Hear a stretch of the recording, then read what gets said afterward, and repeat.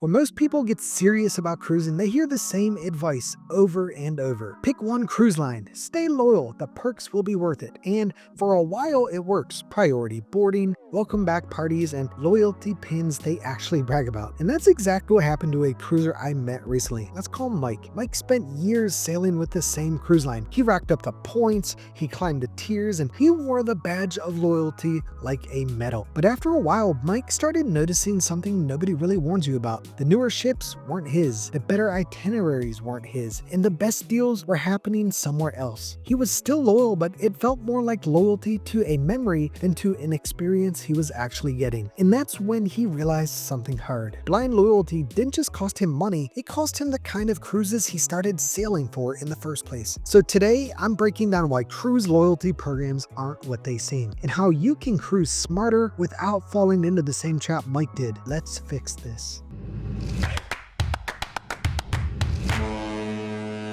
Hey y'all, I'm Evan with Family at Sea, where we help make every cruise unforgettable. Today we're talking about a mistake I've seen way too many experienced cruisers make without even realizing it. It starts when you put your trust in something that feels safe, something that feels smart, and something that's supposed to make every cruise better. And that something is loyalty programs. They're designed to make you feel like you're winning, even when you're really just stuck in place. Familiar ships, familiar perks, and familiar faces. But here's the part nobody warns you about. The same loyalty that once made cruising better can quietly start making it worse. So in this video, I'm going to show you why loyalty perks aren't always the win they seem to be, how sticking with one cruise line too long can actually hold you back, and how to open the door to newer ships, better itineraries, and even bigger rewards. If you're ready, I am. Let's go.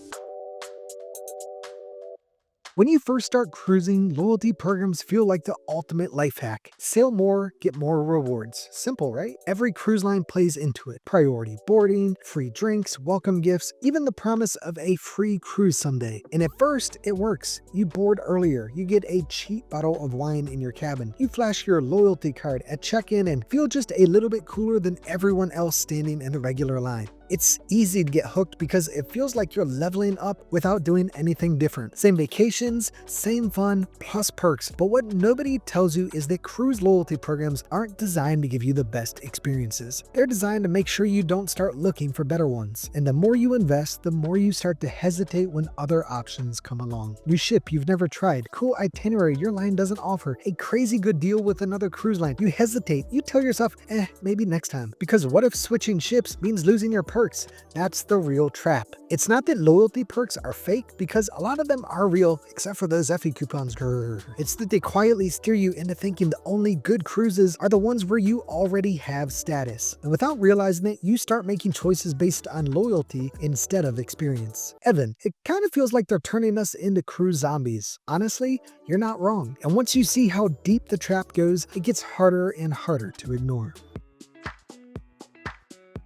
At first, loyalty feels like it's opening doors, but over time, it quietly starts closing them. You don't even realize it's happening. You just find yourself skipping over new ships, overlooking better itineraries, and ignoring deals from other cruise lines even when they're clearly better. Not because they're bad, not because you wouldn't love them, but because in the back of your mind, you're thinking, if I switch now, I'll lose my perks. And that's how it gets you. You stop chasing the best experiences and start chasing points instead. It's subtle at first. You might pass on trying a brand new ship because your loyalty program doesn't recognize other cruise lines. You might book a cruise with a boring itinerary just to earn a few extra nights toward your next tier. You might convince yourself that sticking with the familiar is the smart move, even when a better trip is staring you right in the face. And before long, you're not even looking anymore. New ships, new itineraries, new styles of cruising, they're happening all around you. But when you're locked into one brand, you stop seeing anything outside of it. Evan, that hits a bit too close to home. Yeah, because it doesn't feel like giving anything up.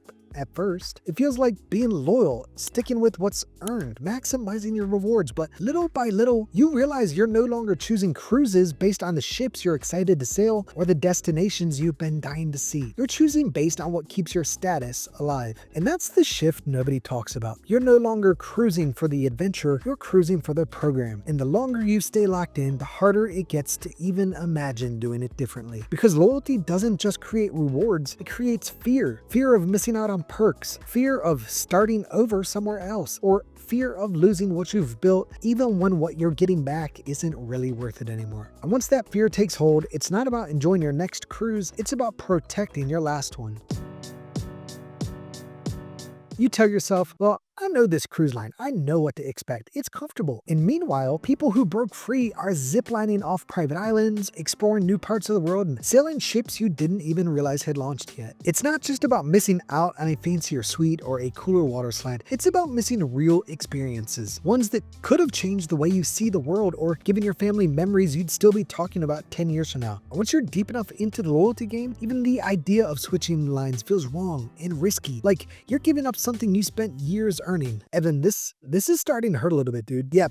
But look, sometimes a little discomfort is what wakes you up to something better. Because the real trap isn't that you lose perks by switching, it's that you lose perspective by staying. The cruise lines don't care if you ever try something new. In fact, they're counting on you not to. The loyalty program did its job the second you stopped asking what else might be out there and started settling for whatever they decided to offer. And if you're not careful, you'll wake up one day and realize the only reason you're still sailing that brand is because you don't know how to picture yourself anywhere else.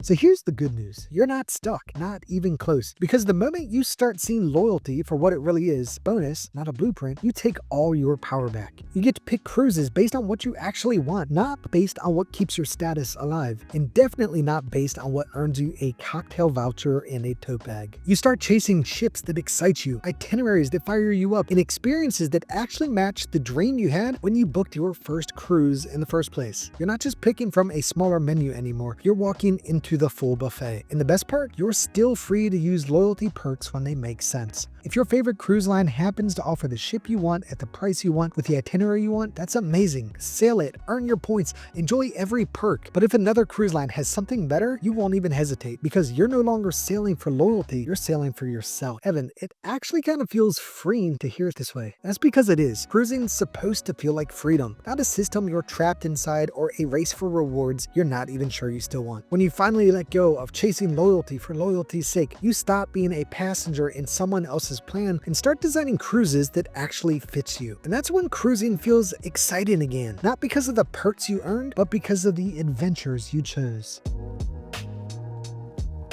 Breaking free from the loyalty trap isn't about throwing everything you've earned away. It's about putting yourself back in control. It's about remembering that loyalty should be a reward, not a requirement, and definitely not a leash. And it's way simpler than you think. From now on, whenever you're planning a cruise, start by asking 3 questions. 1, what's the best ship for the experience I want? 2, what's the best itinerary to match what I'm excited about? And 3, what's the best value no matter what logo's on the funnel? If your usual cruise line wins, awesome. Book it, enjoy the perks, and know you made the right call. But if another line has the better ship, the better itinerary, or the better experience, give yourself permission to go get it. No guilt, no hesitation, and no fear of starting over. Because your loyalty isn't to a cruise line, it's to the memories we're trying to make. And if you ever want a little extra edge, some cruise lines will even match your loyalty status from other brands. MSC Cruises already offers a full status match, meaning you can bring your status with you when you switch. And Norwegian is rumored to be launching their own status match soon as well. So you're not really losing anything, you're gaining options. Evan, this actually makes me want to start looking at other cruise lines to see what I've been missing out on. Exactly, because that's what real loyalty should feel like. Not a weight you carry or a race you have to keep running just to stay in the game. It should feel like freedom. The freedom to choose the ships that excite you, the freedom to sail the itineraries you actually care about, and the freedom to design a cruise experience that feels unforgettable, not just familiar. That's the real reward, and it was never tied to a loyalty card in the first place. So now you see the trap for what it is. It's not just about the perks. It's not just about points. It's about keeping your options open and staying loyal to the reason you started cruising in the first place. The ocean is too big, the experiences are too great, and the memories waiting for you are too important to ever let a loyalty program make decisions for you. You deserve better than just sticking with what's familiar. You deserve ships that wow you, itineraries that inspire you, and cruises that make you excited to get back out there, not just ones that pad your loyalty account. When you sail that way, when you choose experience over the brand, that's when cruising becomes unforgettable again. Evan, this is exactly the wake-up call I needed. That's the goal. And hey, if you found this video helpful, make sure you stick around because in this next video, I'm breaking down the biggest hidden deals most cruisers miss and how you can save a fortune on your next adventure. If you're ready, I am. Let's go.